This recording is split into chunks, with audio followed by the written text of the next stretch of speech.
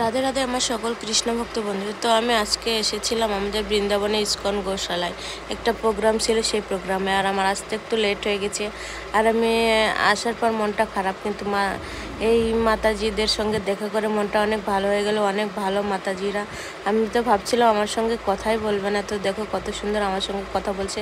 এনারাই function করেছে, কত সুন্দর লাগছে মাতাজিদের। অবশ্যই একটু কমেন্টে জানাবে। দেখো আমি ভেবেছিলাম এনারা আমার সঙ্গে কথাই বলবে না, আমাকে পছন্দই করবে না। তো দেখো আমি অলরেডি ওনাদের সঙ্গে দেখা করে বাইরে চলে এসেছি। দেখো আমি একটা অপূর্ব দর্শন করাবো তোমাদের এখন। আমি যখনই সময় পাই আমি চলে আসি ইস্কন গোশালায় প্রসাদ পাই এবং এই গোমাতাদের দর্শন করতে। দেখো বন্ধুরা, অনেক ভক্তের দর্শন পাওয়া যায় এখানে আসলে,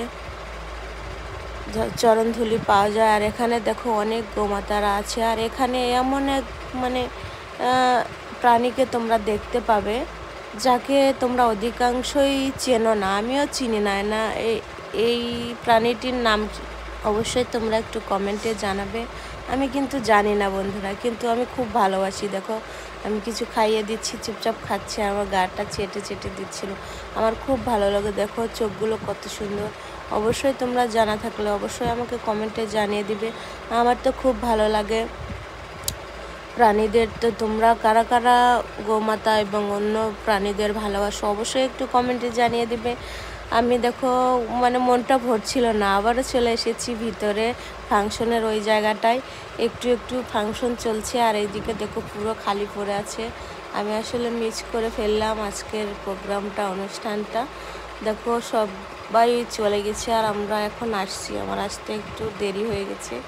তো খুব ভালো লাগলো এই মাতাজিদের সঙ্গে আমি প্রথমে এসেই মিলেছি, আবারও চলে এসেছি একবার দর্শন করাতে। তো আমি যা কিছু দর্শন করলাম তোমাদের দর্শন করলাম। আর এই দেখো পরিক্রমা রোড, কত বৃন্দাবনে সবাই পরিক্রমা দিচ্ছে, রোডটা কত সুন্দর। কেমন লাগলো অবশ্যই একটু জানাতে ভুলবে না। রাধে রাধে, সবাই ভালো থাকবে, সুস্থ থাকবে।